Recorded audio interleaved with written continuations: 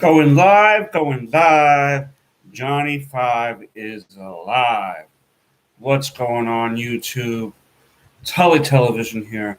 Back for its weekly streaming, live stream. Uh, we're going to discuss a few things today. We're running a little tight tonight. The missus wasn't feeling too well, so was worried about that today.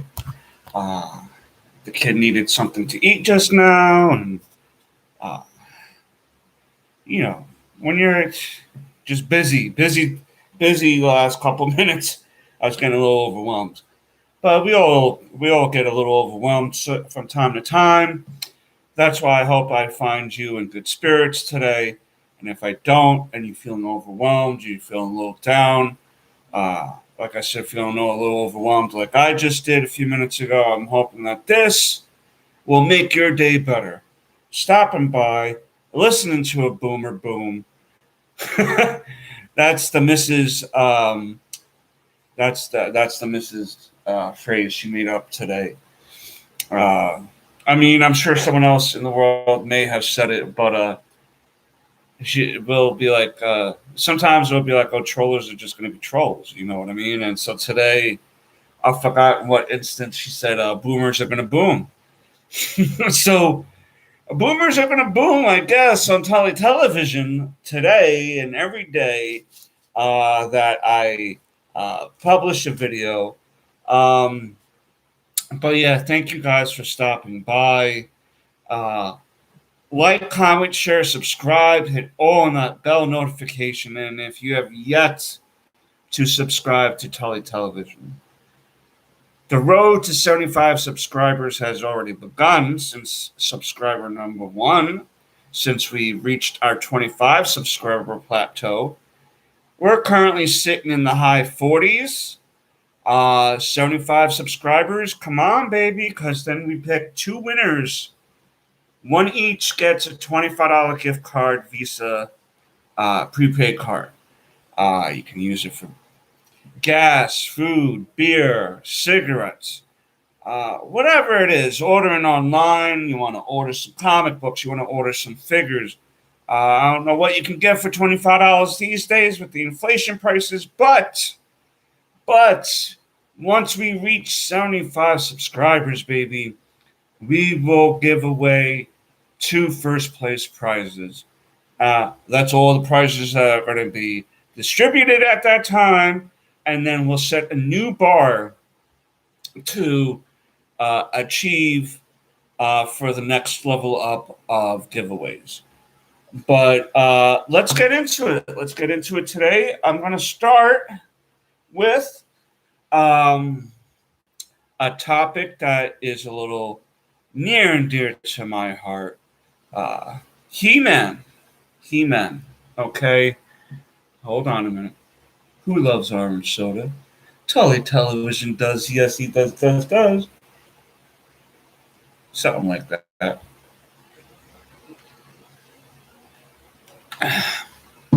Frank Miller. Okay.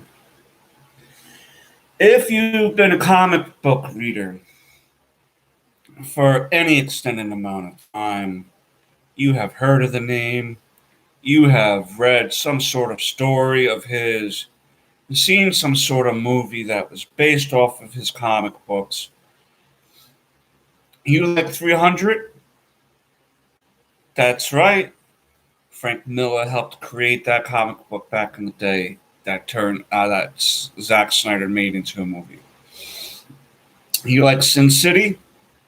Guess what? Frank Miller came up with Sin City, baby. We got Marv. We got such great stories as A Dame to Kill For, The Yellow Bastard, Daredevil movies. Not Daredevil movies. There have been a Daredevil movie with Ben Affleck and a Daredevil show with Charlie Cox, which was the better product.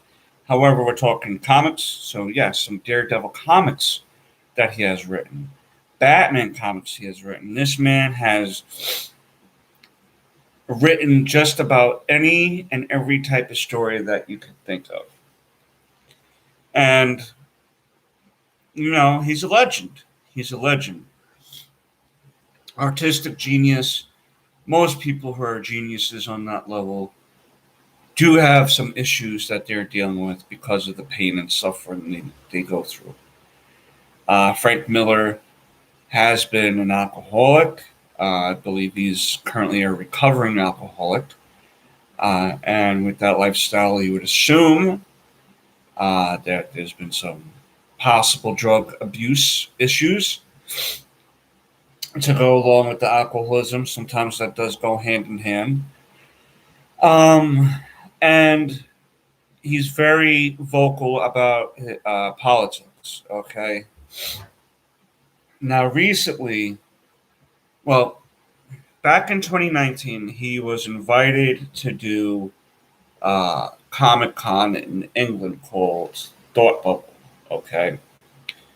Now, they weren't able to do the convention last year because of the Cactus 99 issues, but they decided that this year they were able to do it. There is this woman who started, and some other vendors that were going to go, some other artists that were going to go, and decided that they weren't going to go due to Frank Miller's uh, past and possible thoughts of certain people. He was being accused of being phobic against Muslims. Um, he wrote a comic book back in 2011 called Holy Terror, and this is where people are thinking that this is why maybe people are, this is perhaps why people are thinking he's anti-Muslim. Holy Terror was a comic book based on the character The Fixer. He was a vigilante that was going after Al Qaeda members and, um, deleting them, killing them. Um, Sometimes in very vicious ways. Now, if we think about um, the time period that he wrote this was shortly after the 9/11 attacks in New York City and on the Pentagon. And whatever people may feel now in 2021 about uh, that incident that happened, that many people lost their lives, whether you believe whatever theory you believe about that day, um, what I will say is that on that day, before anything was ever found out about who and what was behind this vicious attack, everyone was a New Yorker that day. If you lived in London, you were in New York. If you lived in Paris, Sydney, Belfast, uh, Istanbul, we were all New Yorkers that day, whether you lived in California, Utah, Alaska. Everyone felt our pain. Um, it was very scary for those of us who had friends and family down in New York City when those attacks happened. And Frank Miller is in his mid 60s currently, and because of the alcohol abuse and possible drug abuse, he looks older than what he is, but he's still pretty old. And if you look back on the time period he grew up, um, and how people were raised, uh, they were very really patriotic, more than I find people to be patriotic today. I feel like that's not really prevalent anymore in our country, being patriotic or loving America. I love America and the people in America. I love everybody. I love America. I love my fellow Americans. I don't care if you're Muslim, Christian, Jewish, or whatever religion I'm not thinking of at the moment. Uh, Barring, some really creepy stuff that you're doing, I feel like every American of every color and every gender and everything and every religious background should have the same opportunities to advance. And I think that we've gotten to a better place than we did back in the 50s and 60s. If you compare it from then to now, there has been a lot of progress made.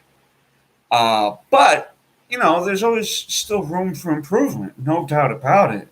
And I'm not saying America is perfect. There's a lot of things in the history of America that we need to be aware of not repeating. Okay, and the way we do that is by education, not by making people feel like stupid or try to make people feel bad about things that have happened and make it feel like it's their fault, that they're part of the problem, because that's only dividing people. You know what I mean? If we're going to learn about things, we should put the blame on the people that did these things. You know what I mean? At the time they did it, and not carry that guilt and shame over uh, onto later people, because there's a lot of uh, people and people's families that weren't here during those times of America. Like, for instance, my family came into America in the early 1900s. And I'm not saying that those members of my family didn't have ideas or general thoughts about other people. I don't know. I wasn't there. I can just speak for myself and how I was raised. And I may not have been raised 100% correct in all things, but I was taught enough through other people's actions in my family that treat people the way that you want to be treated. Okay, the golden rule. And so but getting off the topic, Frank Miller was accused of being anti-Muslim because of this book, and it's just now coming out. A book that was written 10 years ago, and he was in a different mind frame, and he was dealing with different demons then, and it's not giving any excuse on uh, how people felt about that. But the character wasn't like killing every Muslim person. They were killing members of a terrorist group that has committed terrorist actions against innocent people. So, if you want to live in a world where you think that no governments send assassins over to deal with people like this, uh, you're sadly mistaken. Every country has trained killers on the payroll. America, Canada, England, France, Italy, Germany, Australia, Ireland. There's trained killers on every government's payroll. And they deal with these terrorist groups, and sometimes these government agencies, these government assassins work together. Sometimes they work separately. Sometimes they're unaware of each other's actions. But uh, most of the time, the intent is to defend your country. And uh, that's how this book came across to me. A man disenfranchised against a group that committed an atrocity on his nation's land. This was supposed to be originally a Batman storyline,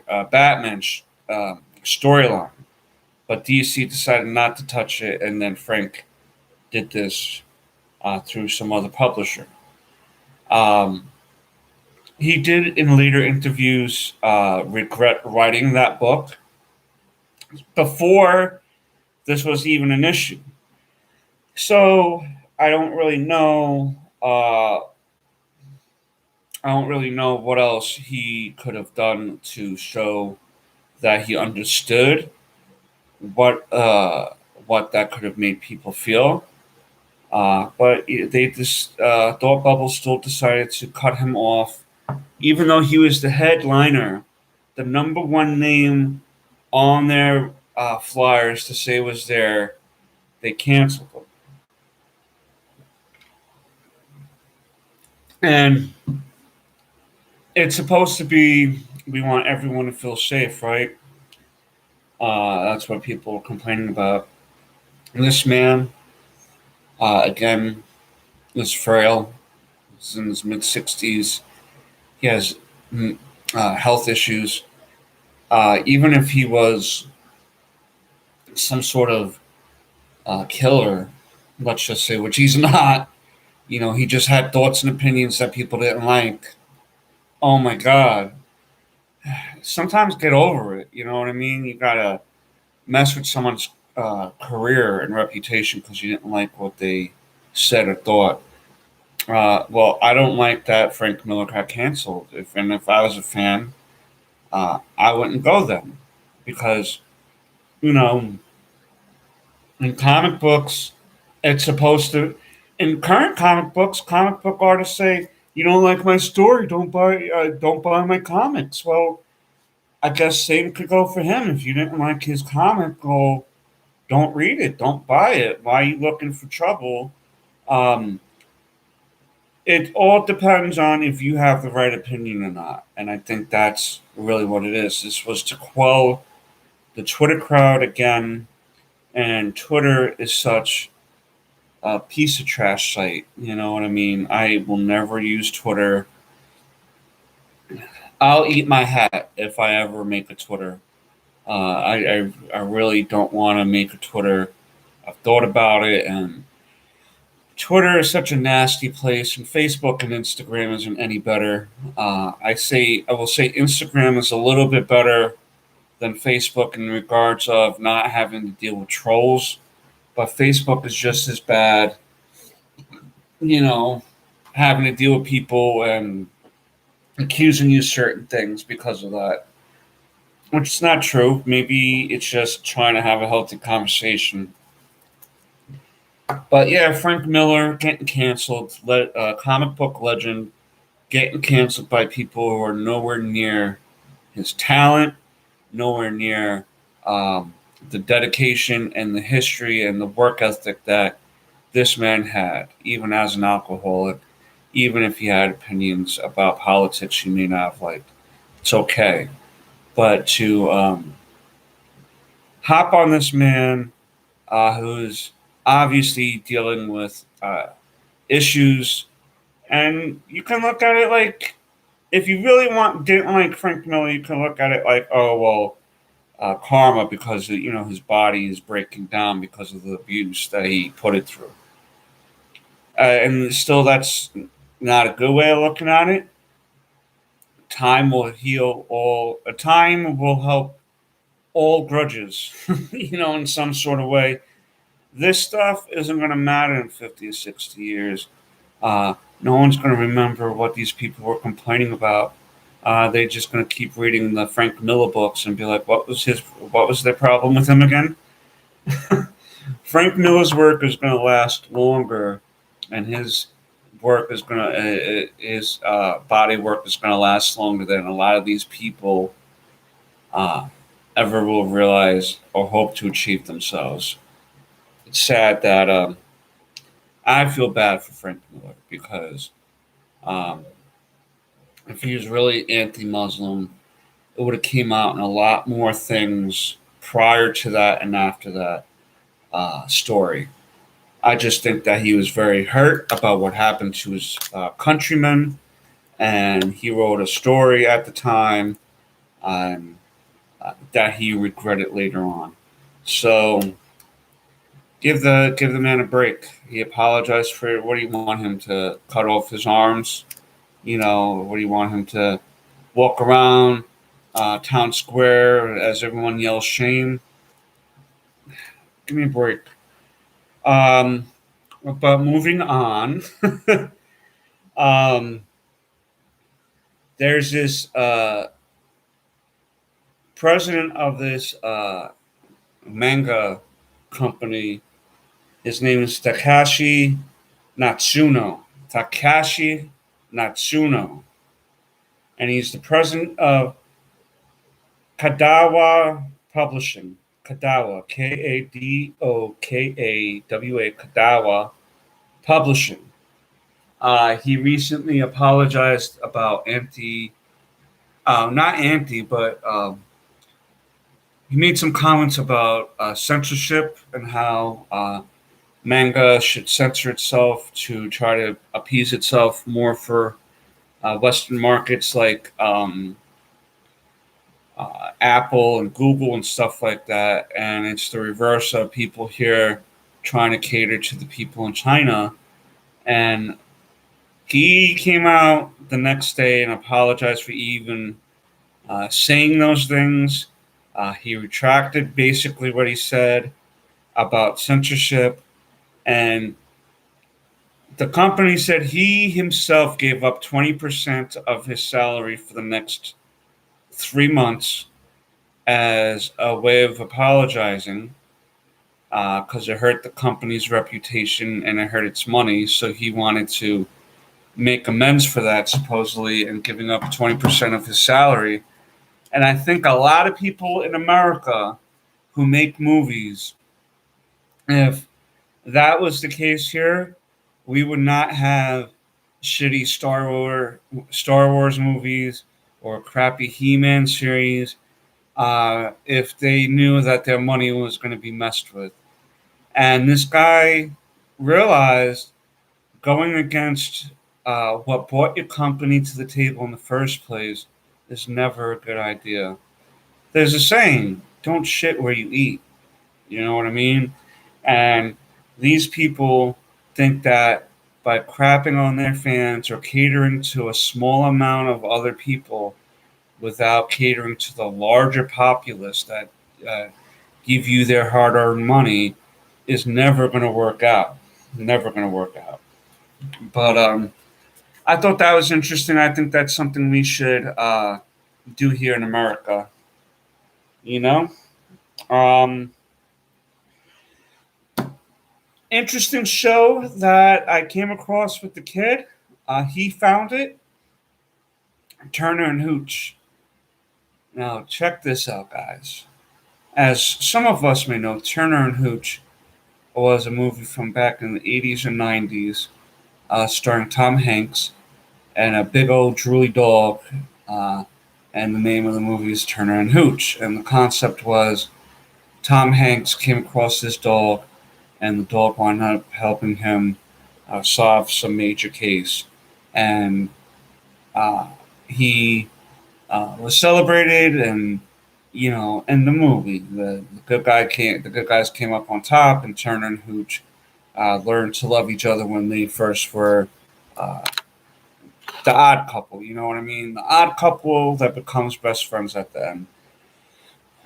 They made a show on Disney Plus called Turner and Hooch, and what the premise is Tom Hanks's character is referenced in this movie, but never shown because Tom Hanks must be a pretty penny to try to get his image.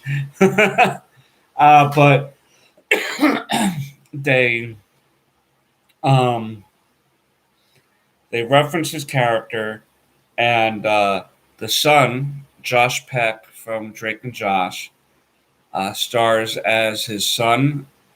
His last name is also Turner, and the father found a new hooch where he felt like that this dog was uh, reincarnated from the original hooch, you know. So he saved this dog, and the father died, and left Hooch to the son. And the son, as we learned, wasn't. He was very like a clean freak and this and that, and we're starting to see the same odd couple thing play out. There seems to be a love interest, but for Turner, Josh Peck's character, he looks really good. Looked really good. He that weight loss and everything that he put into his body did really well. I'm very happy for Josh Peck, especially when his TV brother hasn't been doing too well lately. you know, but yeah, if you liked the original Turner and Hooch and you want to watch a family-friendly television series, it's already on its second episode. I highly recommend it. It's a fun time with the kids, and You can kind of see where some of these stories are going, or like the tropes, but I still like it. It's still fun for the kids and the adults. So definitely watch Turner and Hooch. Ah, man, been waiting a while to talk about this again. Um, He-Man. Okay, He-Man came on. He-Man came. Whoa, He-Man is coming on Netflix. Okay, and the reviews are not good. Okay, by the fans. The animation is great, top tier animation, no doubt about it. If you're going to score just solely on the animation, 10 out of 10. If you were to grade the story on it just being a Tila story, maybe a 7, maybe, if you didn't know anything about Masters of the Universe beforehand. But um, the story is trash. All right, the story is trash. You want me to follow a woman, Tila, who uh, is sitting there as two parents find out, right, that their son is dead, the protector of eternity is dead, and everyone is learning that Prince Adam was He-Man. Tila is the one that takes the greatest offense because she was like, no one told me that Prince Adam was He-Man. You people are horrible.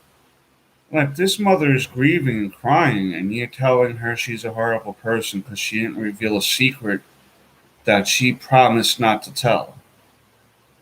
It wasn't um, anyone's secret but Adam's secret to tell Tila.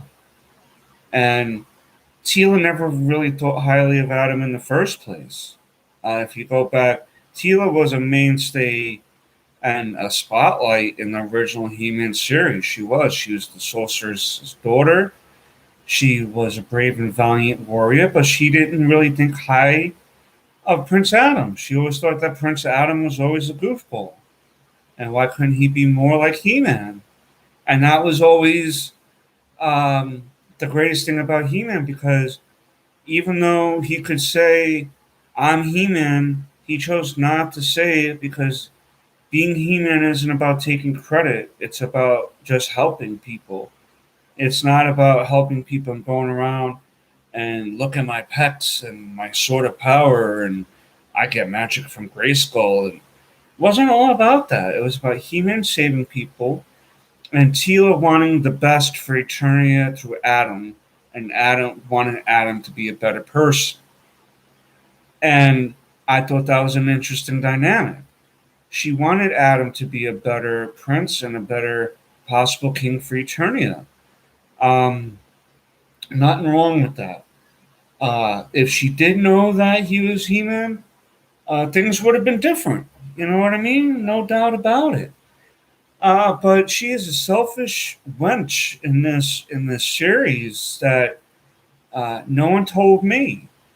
And Kevin Smith, I'm very disappointed in Kevin Smith. Very disappointed in him. I have been a Kevin Smith fan from very early on. Clerks, Dogma, Jay and Silent Bob, uh, these Chasing Amy. These movies have been iconic. I love Clerks too, and I've been a He-Man fan since I was a child, like a real He-Man fan. I spent many hours of my life watching He-Man. Many dollars of my money of hard working at jobs that went into He-Man DVD sets, He-Man figures, He-Man toys, um, all throughout the years. And so when I hear two things that I'm a fan of coming together, I'm not going to say it's like chocolate and peanut butter for me because I can't eat peanut butter, but it's like chocolate and caramel for me. I love that combination, so I'll use that. It was like chocolate and caramel for me. It was like Kevin Smith is going to do He-Man. I was super buzzed, super excited about this, and then Clownfish Television made a post about a year and a half ago to 2 years ago, while this was still in production, saying that they were hearing that He-Man was going to be stepping aside and Tila was going to be the star of the show. And throughout all that time, they were hoping that the show was going to still be good, despite what they were going to be hearing, because they knew it wasn't going to bode well for He-Man fans. The name of the show is He-Man and the Masters of the Universe. You catch what I mean? Uh, that's like watching Sanford and Son, with no Sanford or no Son in it. Where's Sanford? Where's the Son? That's like watching the Jeffersons with none of the Jeffersons in it. You know what I mean? Um, it's um, He-Man dies, okay, in the beginning of the series, and then Tila has to find the two pieces of the sword. One is in heaven, is in hell, and her biggest fear in hell was that she was so amazing that she held herself back. How selfless of her to think she's so amazing that please, please, I need a hero who is humble and still has a lot to learn despite all their accomplishments. And then she goes to heaven and comes across Prince Adam, and she's yelling at him for dying. And how dare he make her feel a certain way about him dying? She's yelling at him because she said that he died and kept the secret. The man is dead, and she's still like trying to throw jabs at him. And then he comes back again somehow and dies again. Oracle dies. Um, Tila was Kevin Smith has said that Tila was going to have no girlfriend because that was coming up too. She has a girlfriend. She has a girlfriend. With the way she was interacting with that other character, that's her girlfriend. Okay? Kevin Smith is a liar. And he is a queer baiter. He's a liar. And I never thought the fan that I was of Kevin Smith. I had his stand up specials. I watched just about every Kevin Smith movie you can watch. Um, and it's really sad because he started filming Clerks 3. And as much as I want to watch that movie, I don't think I'm going to watch that movie. To be honest with you, I don't think I'm ever going to watch a Kevin Smith movie again, to be honest with you, and give him money. Because he did nothing for that time period to tell people that Clownfish Television was lying. And they weren't lying. He tried to. Think of what you will of the story. You can like the story, you can dislike the story. You can like the animation, you can dislike the animation. That's fine. That's what YouTube and this type of stuff that I do and other people do. That's the point of this, to say what I liked and didn't like about the show. What did you like and didn't like about the show? The debate is fine. That's the fun part about debating these shows and comic books, because we get to hear different sides of the story and maybe come to the same conclusion. Like, a good point. I still think that this show is trash, but maybe if they did what you were saying a little bit better, maybe the show would be better, the movie, the comic book, whatever. The debate, I don't mind the debate. But for me, it was the fact that he lied and tried to mess with someone's reputation. Clownfish Television has been in the comic book industry for years, even before they made their YouTube channel.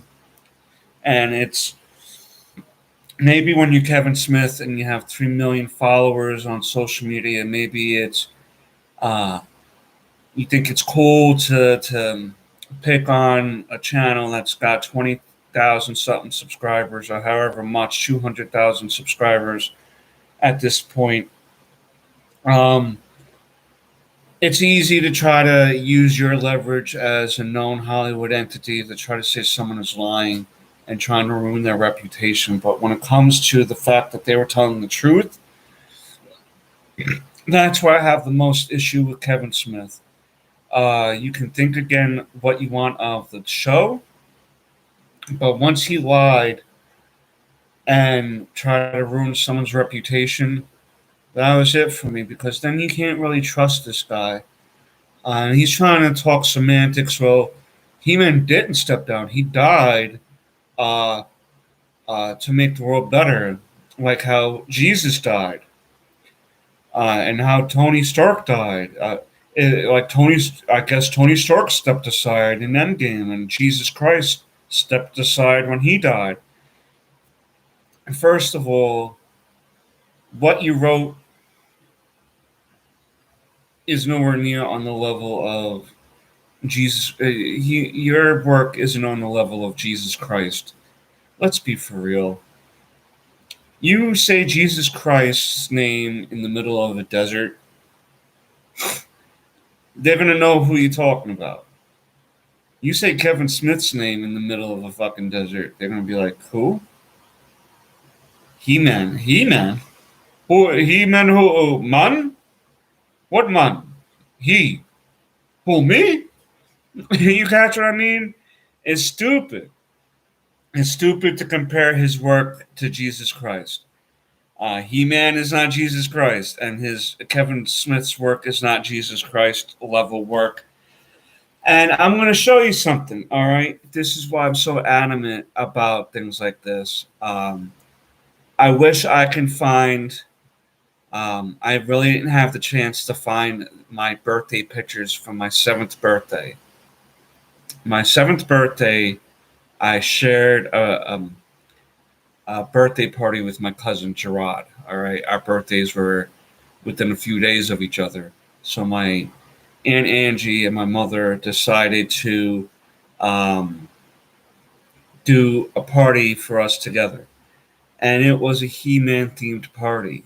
Okay, but I cannot find those pictures currently. All right, but what I can show you is this right here. All right, this is Baby Bart. Oh, what's that? Some He-Man and Skeletor soap? A shampoo and conditioner, that was. Okay, and I got that for my birthday the following year. I think I was 8 or 9. Maybe this was a couple of years after that initial He-Man party that I had when I was 7. Kevin Smith said he was a He-Man fan when he was a child. But then come to find out he didn't know what year it came out in. Then he said he was a teenager when he started hate watching it. So what is it? Are you a fan of He-Man or did you hate He-Man? Because when you were hired to do He-Man, you said, "What those these things? Those right there?" You know, I this is why I'm mad. Uh, Kevin Smith was caught lying multiple times. Again, if we just left it, if Kevin Smith had just left it as I didn't really watch He-Man. I wasn't really into He-Man. But what I'm going to try to do is catch up on He-Man and try to figure out the best story to give the fans. Okay? I would have been good with that because I still would have relied on his word as a man that he built up all those years with me as a fan of him. I would have been like, all right, fair enough. You don't need to be a Predator fan to make a great Predator movie. You know what I mean? Um, you don't need to be Rocky to be in a good Rocky movie. Creed is basically a Rocky movie, all right? But basing on Baby Creed as an adult, obviously. But that goes to show you can still show respect to a franchise, connect it, and maybe Michael B. Jordan wasn't a Rocky fan, but maybe he went into it like, all right, I'm in a Rocky movie and I'm going to do my best. I'm just saying as an example. I don't know if that really happened or not. If I got hired to do a Sailor Moon uh, TV movie, I will say I don't know much about Sailor Moon. I know general that she wears a little skull girl outfit, and then she's got a bunch of friends, and they all turn into these whatever they turn into when they're fighting the bad guy and stuff like that.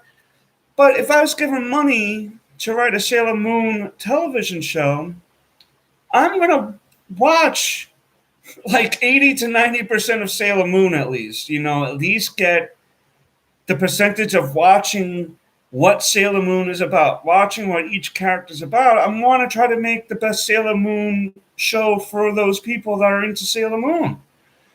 But whatever the case may be, you know what I mean? Like, you don't have to be the most super fan to write something. Toxic Crusaders movie. Yes, I would do that. I think that was good. Toxic Crusaders. Yeah, man. Like for me, I would super love writing an Avengers comic book. I am an Avengers fan like a motherfucker. Like I'm currently, it's going to take me forever and a forever amount of money, but I want to get like every Avengers book from number one to where they initially stopped before they rebooted everything. I was like to issue 501 or something like that. So I want like issues 1 to 501. But right, so I'm an Avengers fan, and I would love to write an Avengers movie or an Avengers comic book or a show or something like that because I feel like I would know which Avengers to use or whatever. But that doesn't mean someone else can't write a good Toxic Crusader movie or a great Avengers movie or show. Um, a lot of the MCU, uh, 80 to 85% of it I can deal with. The other 15 to 20% is like, oh man, they screwed the pooch on that one. But a lot of it I could tell was, especially very early MCU, a lot of people were trying their best. Like Robert Downey Jr., he may not have known who Iron Man was like that. But the reason why he did such a great the reason why Robert Downey Jr. was such a great Robert Downey Jr. was because he was Robert Downey Jr. The reason why RDJ was such a great Tony Stark was because in real life, in a way, he was Tony Stark. He had alcohol issues. He had fame issues. You know what I mean? He had issues trusting people. Hey, Fernando, what's going on, buddy boy? Hope you're doing well. Doing well. How's your son there, Fernando, buddy boy? But yeah, I just very disappointed in Kevin Smith, and it hurts me to say that I probably am not going to watch Clerks 3 because I've waited a long time to watch Clerks 3, and I may eventually break down and watch that movie. I don't want to because I don't want to give him the money. I don't want to give him the attention anymore. I'm very disappointed. And that picture I showed, I was like 8 or 9. I'm going to be 45 this year. Okay, that's how long exactly Ghostface Killer with the Iron Man references and stuff like that. You're right. I forgot about that actually. Ghostface Killer with the Iron Man references. Because the last Iron Man reference was the I am Iron Man. I am Iron Man. What was that? Black Sabbath. That was the last reference to Iron Man until you're right. Ghostface Killer came up with. He must have had an affinity for Tony Stark. He must have felt a special place in his heart for Tony Stark and Iron Man. Um, yeah, man, I wish any character that I wish I can play. To be honest with you, I don't know who I would want to play. Uh, Tell me who you guys would want to be down below. If you're got your choice to be a superhero, I always had an affinity for the Hulk and for Captain America. I love Batman. You know what I mean? Maybe one of those three. Uh, Maybe Batman just for the fact that I would be a billionaire. um, yeah. So very disappointing. Very disappointing, Kevin Smith. And I came across I came across this picture too, and I'm hoping that this will come through. It has nothing to do Ghost Rider. Ghost Rider is what's up though. Oh my god, that penance stare. That would be what's up to have that penance stare. All your sins burning inside of you. I came across this picture as I was looking for pictures of the He-Man party that I had. I couldn't find those, so I found those other picture of the He-Man and Skeletor that I had. But this picture right here was Voltron, bro, Line Force. This right here, when you hear me talk about on occasion losing the Green Lion, this was the Voltron set that I had that I lost the Green Lion. And I know I showed this before. Where is it? But Chrissy, not realizing, but the thought is still wonderful to me. She bought me. Uh, Voltron must have had like a smaller set, obviously.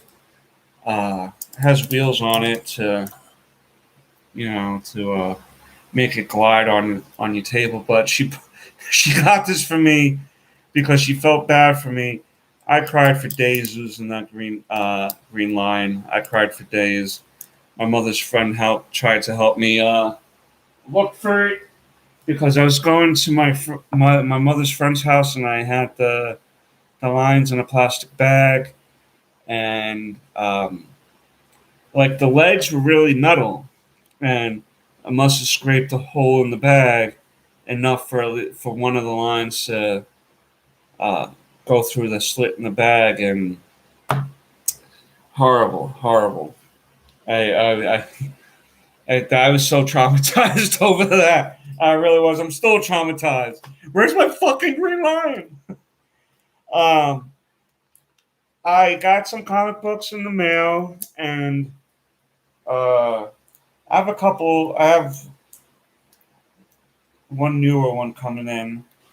I have Way of X4 coming in. I had that Voltron too. My grandparents.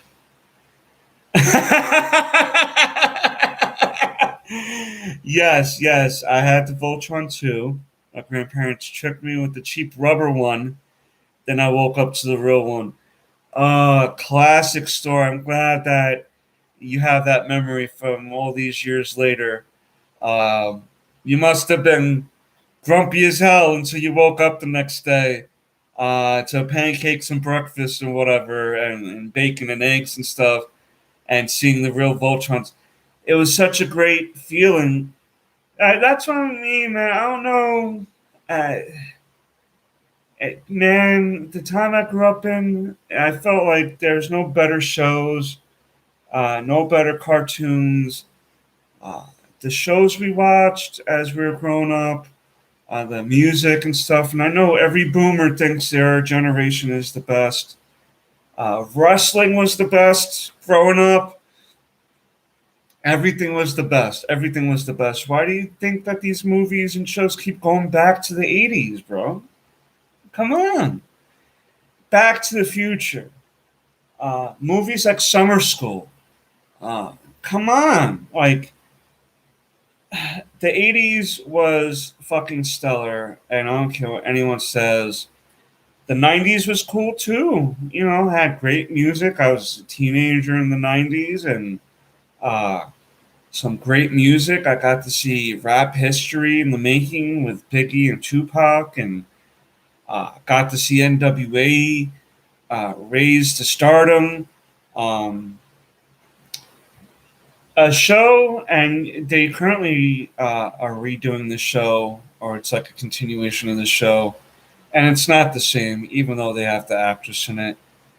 One of my favorite shows growing up was Punky Brewster. Okay, I thought I thought that Punky Brewster, as a kid, Goonies was the shit. Goonies was the shit. Come on. I still have to laugh about Goonies because of that one line is when we're down here, it's our time. Uh, it's our time when we're down here. Like he kind of reversed the line, but it must have been the way it was written. So I'm not going to blame Sean Astin for that. Um, but yeah, I thought that was the funniest part in Goonies. When we're down here, it's our time. It's our time when we're down. Like you just said that, motherfucker. But Goonies was the shit, and the whole "Hey you guys," like that character. I can't remember the name of that character right now, with the deformed head and that, but he was nice. It was one of the first lessons to me in a movie that looks aren't everything. He thought that this was like a monstrosity, and that he must act like a monstrosity, but he was really a nice guy, and he wanted to help the kids out and stuff like that. So I thought that was cool. Um, yeah, Punky Brewster though I thought was the first girl I thought was cool and amazing and really a stellar show. Punky Sloth. Okay, I thought it was Sloth. They currently redoing Punky Brewster now, but I watched a couple episodes of the new Punky Brewster, and it's awesome that they're redoing it in a way because Soleil Moonfry is getting some work. She had a documentary come out based on video footage of her life. Um, I watched. I forget the name of the documentary she did, but she's talking about growing up and having uh, friends in the industry. Like one of her friends was the youngest kid, David Silverman from 90210. She was friends with Mark Pork Osler, the guy who played Zach Morris, and there was a couple other uh, kid actors that she grew up with, and there wasn't many kid actors at that time, so they all kind of grew up in the same area. And Kid 90, yes, yes, and it just showed her growing up with her friends and becoming a woman, that she became and stuff, and some of the things she went through, and uh, when she started going through, the puberty. Um, Maybe not many people know this, but as she was going through puberty and her body was growing into a woman's body at 13, um, her breast became very overdeveloped. Okay, so much so that she wound up having to get a breast reduction as she got older because it became so massive that medically she had to get them reduced because it was really giving her back and spine issues. Okay, and that affected her a lot because being 13 and having grown men pinching your ass and making references to how you're developing. Um, Grown men shouldn't be doing that. You know what I mean? Um, I'm 44 years old currently, and I, if I was working with a child and a child was the main star of the show I was writing or working on, I would feel kind of like that's like my kid's sister or something, or that's like my little cousin or something because you're around each other all the time.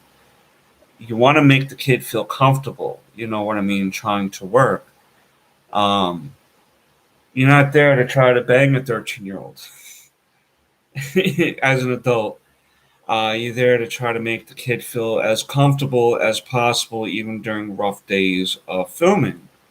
So it's a shame that she kind of went through some of that. But the only thing I will say that was a little funny, which was a little funny but not funny because it made her made her feel a certain way, was people used to call her Punky Boopster because of growing so fast. I thought that was kind of funny in an overall sense, uh, but again, not to make her feel like she's just some property or piece of meat or something like that. You wouldn't want to make someone feel that way intentionally. But yeah, the '80s was great. This is why um, I'm so. Uh, so just a little bit of piece of my past to show you guys that I've been in it to win it since the early days of being a little Tully. Uh, that should go to show you that I was those kid, one of those kids in the '80s, clamoring for He-Man toys and Voltron toys and Silverhawks and stuff. And so when someone lies about being a fan like that, and you didn't spend the money and time into that, it's okay. It doesn't make you less or more of a fan. Just because I've been a fan of He-Man since I was 7, and someone who's 30 just now discovered He-Man and becomes a fan of He-Man, I'm not saying I'm a better fan than that person. But what I will say is that um, don't come in and lie about it. Don't come in and join the bandwagon when it's hot and then jump off when the property's not hot. Don't be a fair weather fan. You know what I mean? Of IP properties when you're not, and show some respect to the people who have spent thousands of dollars into their hobbies and spent thousands of hours watching content, and try to say that you're the same as that when you're not. Um, yeah. I'm going to show you guys a couple books that I got in the mail this week. I'm still waiting for Way of X #4. Still waiting for Nightcrawler #6 from 2004 that we've been following. I should have those two books in the next few days to a week. eBay's being, uh, the mail's being a hassle. But back in the day, before these crossovers started getting more regular and more prevalent, um, crossovers were a special occasion. You know what I mean? Uh, what was happening in the X-Men was only happening in X-Men. What was happening in the Avengers books was only happening in the Avengers books. What was happening to Spider-Man was only happening in Spider-Man, and so forth and so on. And so when these characters got together, you would occasionally see Spider-Man team up with Johnny Storm. You know what I mean? Or occasionally see Spider-Man team up with Iceman or the X-Men.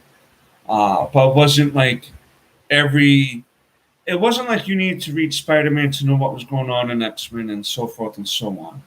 Um, or you didn't have to read everything. There wasn't every month some sort of crossover, and you need to buy 50 issues to understand where the story is going.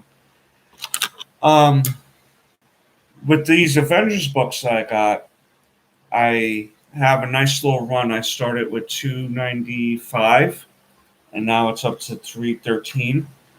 So about almost 2 years of Avengers books. I have concurrent, and then a few issues from before. The earliest issue of Avengers I have, I think, is #40, and that came out in the 1960s, 60s, 67, something like that. I have to whip that out one day and show you guys. That's the oldest comic I have so far. Is Avengers number 40. It has a name or a cover to it.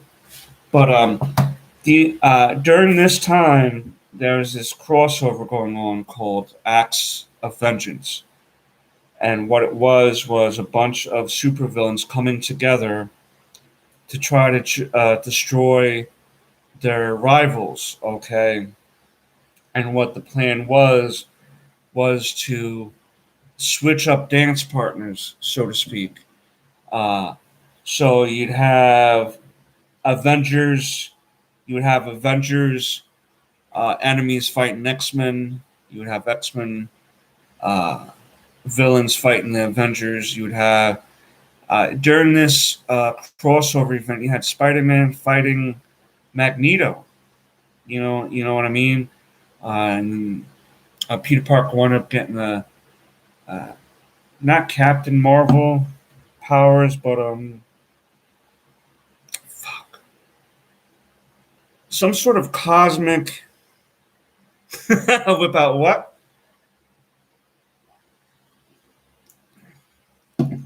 The log, baby. Whip out the log. Um, Whip out my oldest comic I have in my collection. I might do that next week. Oh, there, Timmy boy. Um, yeah, I'm trying to remember what was that power source that Peter Parker got during that Acts of Vengeance. It wasn't. I want to say Captain Universe, but I know that's not it. Why am I saying? Why am I thinking Captain Universe? And it's not Captain Marvel powers. Spider-Man got some sort of cosmic powers during this Acts of Vengeance storyline, and he wound up defeating Magneto. Uh, so it was stuff like that. Spider-Man was fighting Magneto and stuff, and so this only lasted three months or something like that in the Marvel universe. So this was the first Avengers Acts of Vengeance, and their home base gets destroyed by these robots. And then this is the second issue where they went and fought this Falcon and White Vision, Scarlet Witch, Hank Pym. So Freedom Force versus Avengers.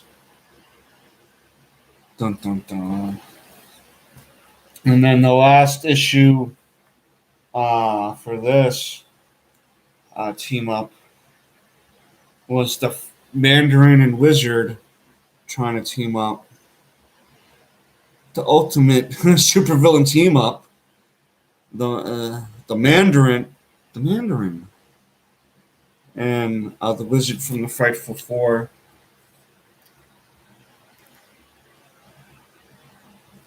So yeah, that's so I'm excited about to go through these in the next uh, couple days and see become nostalgic once again. I want to see something at the end of this though, because even like here at the end of the last, you see all these villains and Doctor Doom always with the tricks up his sleeve was a Doombot working through Doom. Yeah, Wonder Man, right? That's Wonder Man down there.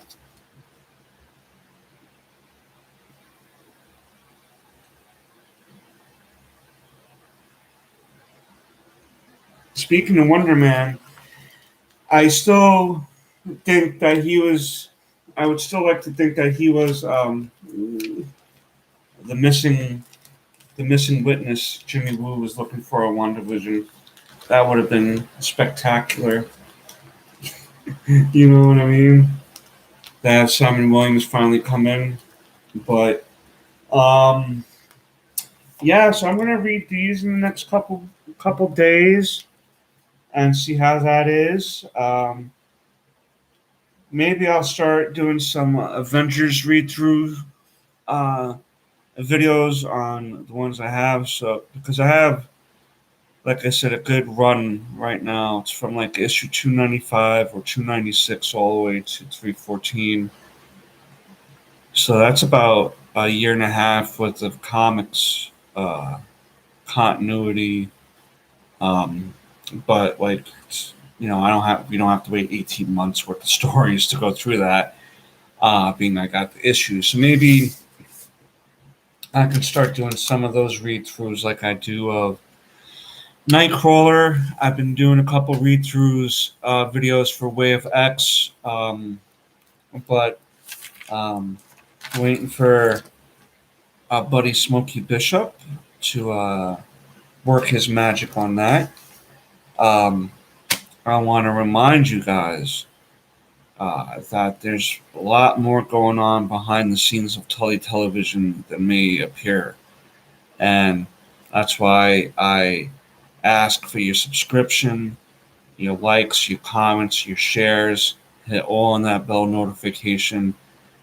I left a link down to my bonfire account down below, my social media accounts. Uh, Smokey Bishop's Facebook link is down below if you need any editing needs done. He works his magic really well, and you won't be disappointed. Um, let's not forget the road to 75 begins with us working together. Every interaction works well in the YouTube algorithm, whether you like, share, comment, whatever. It all helps. It all helps. We're really a channel here, like I showed you, like you see my guy mentioning stuff.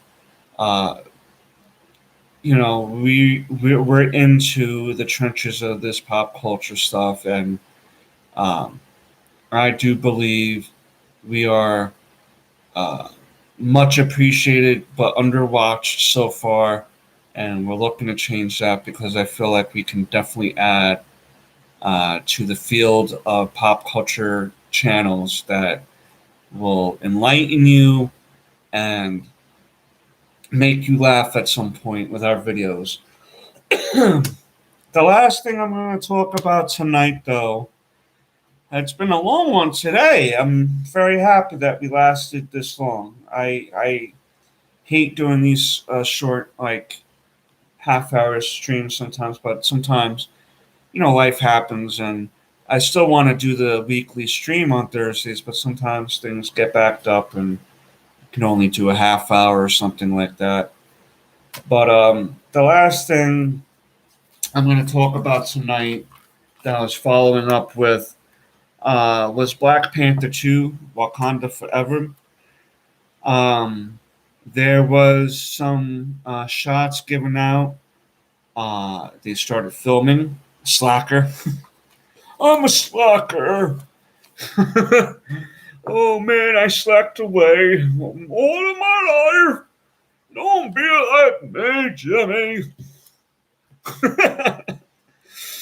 um, it seems like they're filming a scene in the throne room, and from early rumblings about the story, and again, I don't have any insider information.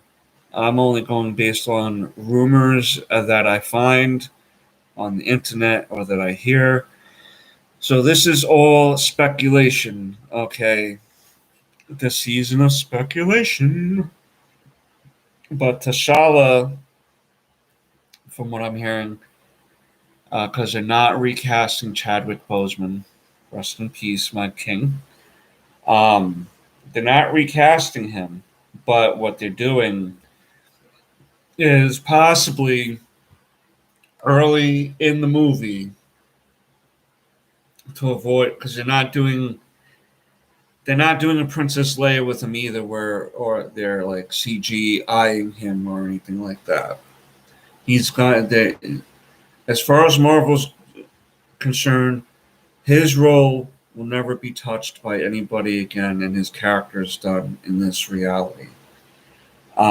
unless in the multiverse stories they find another Black Panther and he gets stuck here and becomes Black Panther, and Shuri still becomes Queen. But the story so far is that T'Challa dies early in the movie by Namor or Namor's men, and that Shuri will pick up the mantle of Black Panther at first to, become the protector of Wakanda and the leader, because that's the things, you do as a Wakanda leader. Wakanda leader.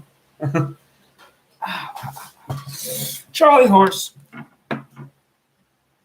Oh,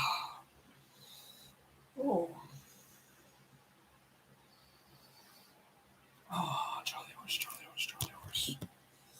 But but sorry guys. But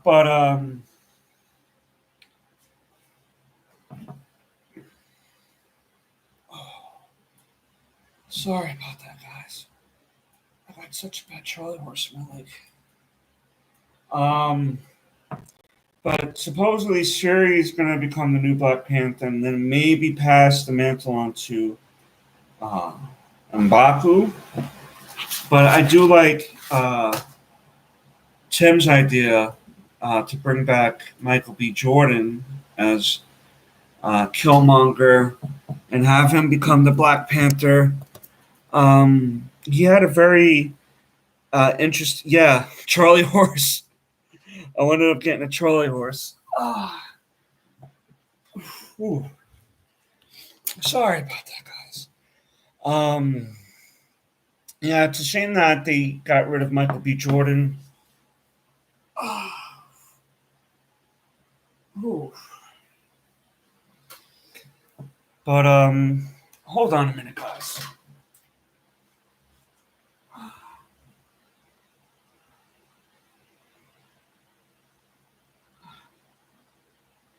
Ooh.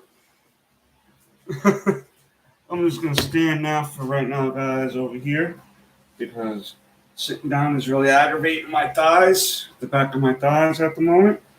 I would like to see Michael B. Jordan back as he could be Black Panther. He had a very good reason to be like how he was towards the Wakandan nation, and I'd love to see him back as Killmonger.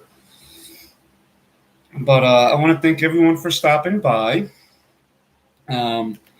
Like, comment, share, subscribe, and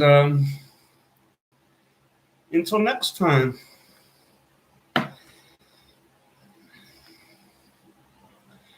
Peace, Nookums.